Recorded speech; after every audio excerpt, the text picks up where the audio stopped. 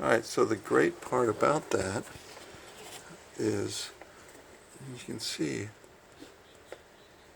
I can put a socket on it. So I don't have to have the curved wrenches that I was worrying about.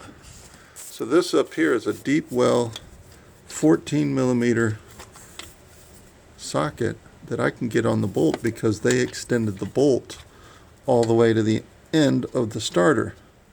So I'm going to put the bolt or the socket on first, and then I'm going to put the ratchet on there and undo this. Probably need another cheater bar, but at least we can get something on it. Alright, so this is our stack up for the top bolt. Cheater onto a socket onto a 14 millimeter deep well, or ratchet onto a 14 millimeter deep well socket. So we were able to break it free. Now it's, remember the left loose, right tight. Now we'll work it out. Then everything should be loose.